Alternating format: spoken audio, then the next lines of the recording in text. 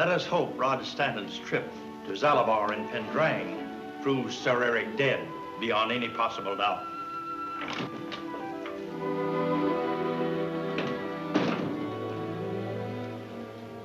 Just decoded from our agent in Pendrang, Shan.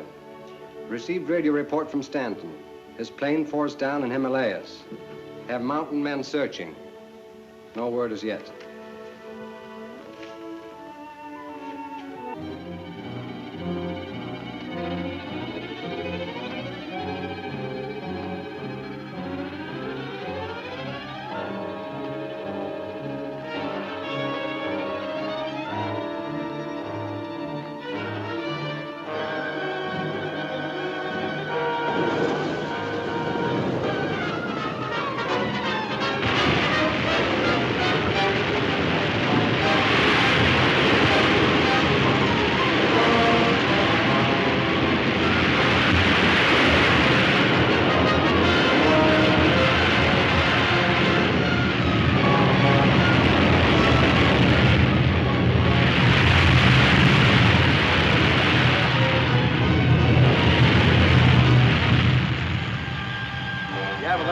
So fast that it catapulted from the ledge above us. That's all it saved us. Well, I must admit, I didn't think I'd live to talk about it.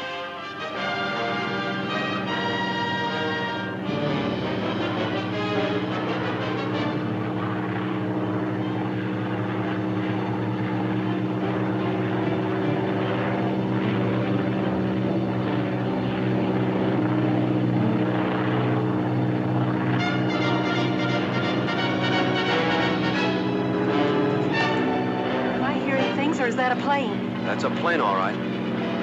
Shan?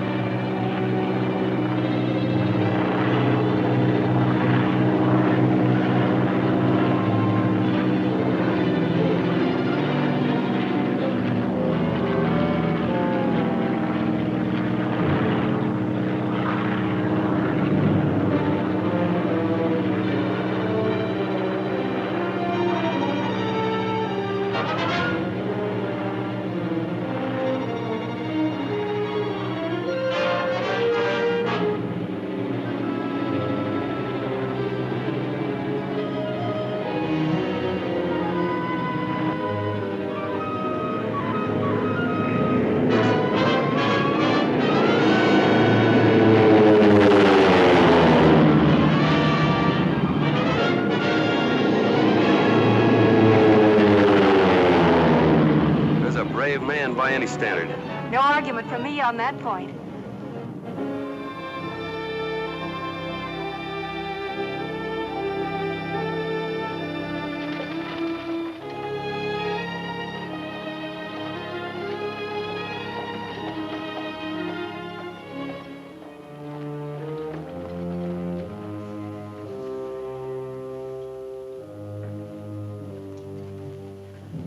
Hey, is Sir Eric around, Marlowe? Sir Eric Hazarias is supposed to be dead. Here in Pendrang like every place else. Oh, sure, Marlowe, but calling him Geoffrey London now after having called him Sir Eric for so long, well, gee, it ain't easy. Where is he? He's out with Melbourne. Well, here's Melbourne now. Too bad Mr. London didn't come back with you. Got a very important radio message here from Aga he'd like to hear. Mr. London know to me, but does it matter? Read it. Rod Stanton and Marjorie Elmore survived plane crash in Himalayas. Mountain men rescued them. Now en route to Pendrang via Maraba Pass. It's signed by Miller. Well, Dr. Elmore, the head of our archaeological expedition, has a daughter named Marjorie. The girl is unimportant, but Rod Stanton. He's coming here for one reason. Obviously, the United Peace Foundation has assumed correctly that it was Sir Eric's double who died in the accident. Yeah, but how is their agent Stanton going to prove that Geoffrey London is really Sir Eric Hazarias? You'll never be able to recognize Sir Eric now that he's shaved off his beard. You missed the point, Marlowe. If he uncovers sufficient evidence that Sir Eric is alive, he will continue with his investigation. Yeah, and maybe find out that a secretary like you is really the man behind this. Well, we've got to get rid of Stanton, that's all. Of course, but not before we have found out who is associated with him. But who do we start looking for? That man Ringo was talking to by radio when we let Ringo have it? While him. He must have helped to rescue Stanton. Oh, I see. Then you figure that he'll bring Stanton here and we can... Oh, it's going to be easier than that. Stanton will insist on taking the girl to her father at my expedition's headquarters.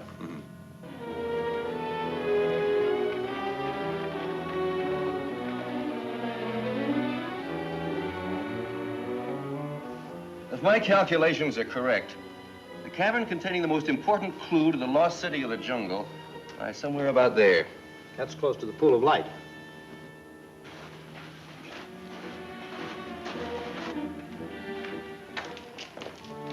Dr. Elmore, I presume? Marjorie, where did you come from? How did you get here? Stowed away on Mr. Stanton's plane. Rescued by Shan when we made a forced landing. Oh, I've been having some real adventures. I'm certainly glad I didn't know about all this until now. I must confess I'm delighted to have you with me again. This is Rod Stanton, my father, Dr. Elmore. How do you do, Doctor? And Shan. Step forward and take a bow, Tal. We've known each other quite a while.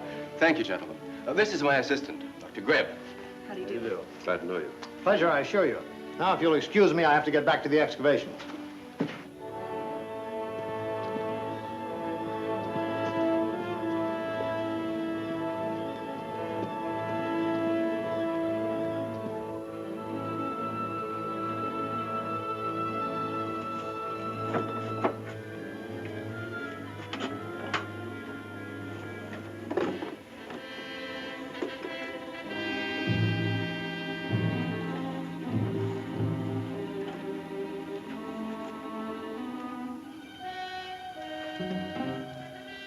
Calling headquarters. Calling headquarters. Station number 1, calling headquarters. This is headquarters. Come in, Station 1. Stanton and Shan are in Dr. Elmore's office. They just got here a few minutes ago, bringing Marjorie Elmore with them. Mr. London, did you hear that? I heard, Johnson. So Shan is the man working with Stanton, huh? Wait here.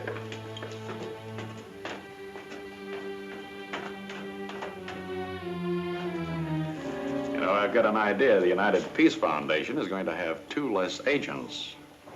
If Sir Eric. You better start calling him Geoffrey London like the rest of us. All right, Geoffrey London then.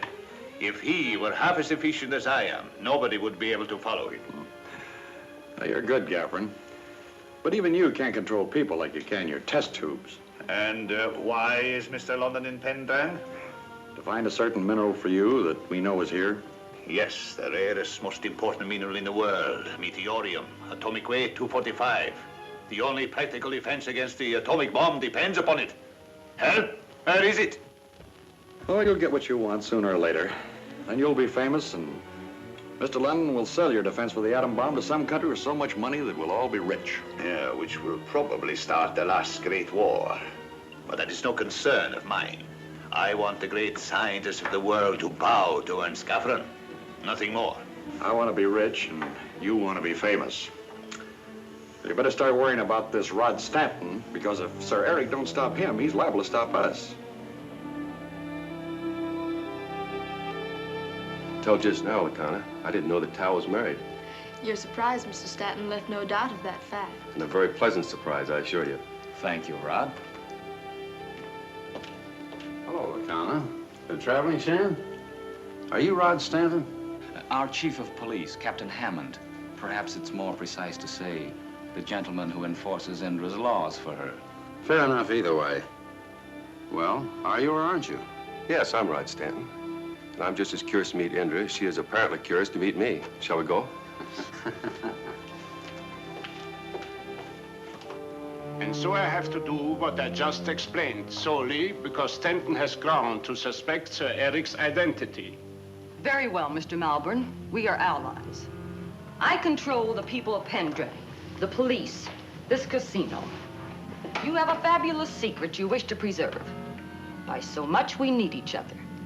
But something like this must be done my way. What do you suggest? That depends upon my interview with Rod Stanton. I know Tal Shan. If I send Stanton to you, then use the plan you have just explained. And if you don't send him to me? Return here and I'll give you my decision.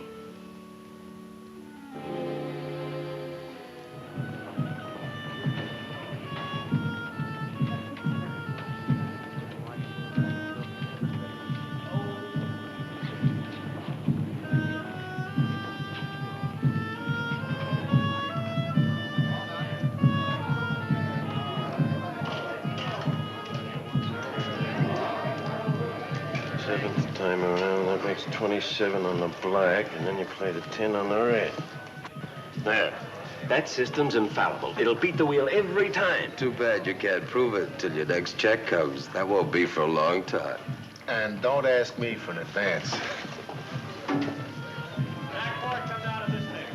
You're a curiosity, Stanton. First man ever to get into Pendrang after winter really got started in the Himalayas. Just lucky, I guess. Doc Harris does the introducing. See you later, Mr. Stanton. Mountain water doesn't agree with me. This really fixes it. Anytime you don't like it, let me know. I'll remember that. This way.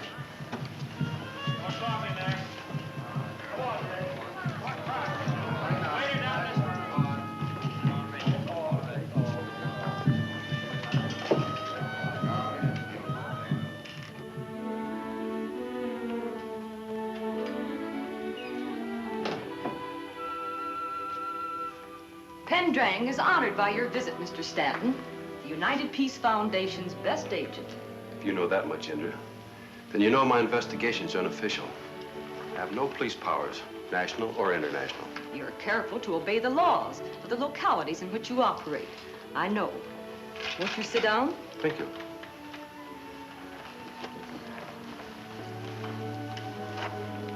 Why have you come here? I have reasons to believe that Sir Eric Hazarias is here, and I hope to prove it. Sir Eric Hazarias? But he's dead. That's what he's tried to make the whole world believe. I don't. Whom do you suspect? Geoffrey London. Oh, come, Mr. Stanton. My plane was forced down, Yes, I heard. and the removal of the parachutes compelled me to think there was sabotage. It was anticipated that you would not survive to tell about it. Is that it? You have a point there. Here's another reason. A man named Ringo. Ringo was murdered in his plane at our field. We're investigating now. And London must have been near the plane, or somewhere near the landing field, at the time of the murder. Marlowe and Johnson were with him. You're interested in only one thing, aren't you, Mr. Stanton? World peace. Perhaps Geoffrey London should be investigated after all. Why don't you pay him a visit?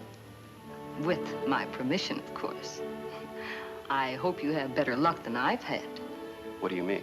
I've never met Geoffrey London, only his secretary, a Mr. Malburn.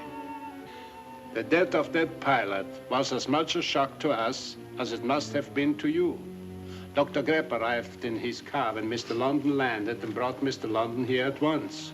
Having the word of a reputable witness like you, Dr. Greb, means a lot to me. But when do I see Mr. London? As his secretary, I should be able to give you a direct answer, but Mr. London is an unpredictable man. I beg your pardon, Mr. Melbourne, but I'd like to ask Mr. Stanton why he doesn't include Mr. Johnson and me as reputable witnesses. You've always been employed by Sir Eric Hazarias. Are you now? Isn't that remarkable how that man's ill repute flourishes even after he's dead? Isn't it? As if he still lives and haunts the peace of the world. Mr. London detested Sir Eric. He engaged Mr. Marlowe and Mr. Johnson only because they served the warmonger faithfully. Would you like to see their letters of recommendation? No, don't bother. There's an old saying, like master, like servant. Excuse me, gentlemen. I'll go to Chief Hammond, as you suggested about Ringo. Do it by all means. A fine police officer, Hammond. I've already met the chief. Thank you. Good day, gentlemen.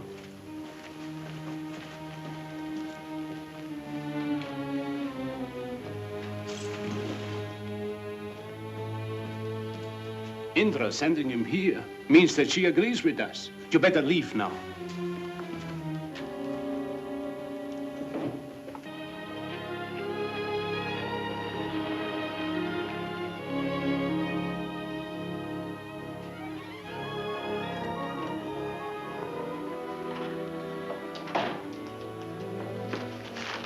Ringo's clothes.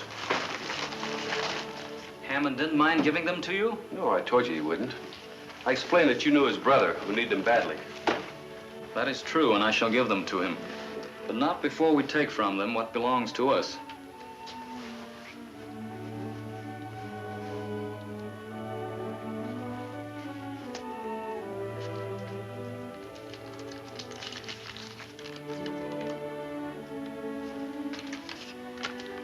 Marlowe and Johnson's mission at Pendrang connected with a pool of light. That's a sacred pool on the other side of the lake, close to Dr. Elmore's headquarters. It was just like you figured. Ringo was carrying this. I found it in his cap, so I substituted your message for it. What does it mean? Meteorium 245, lost city of the jungle. I don't know, I wish I did. Our message to Stanton and tell Shan about the pool of light won't be so mysterious to them.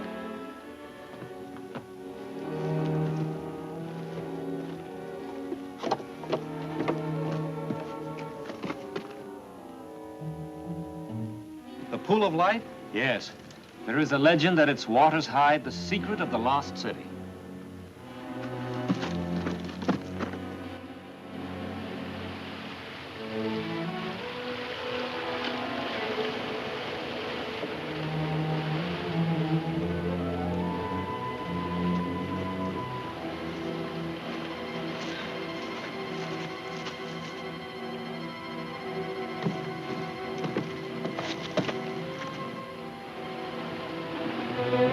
One of them is carrying dynamite.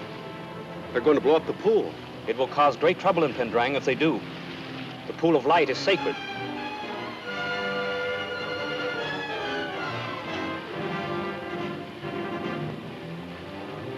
We may be able to reach them from the water.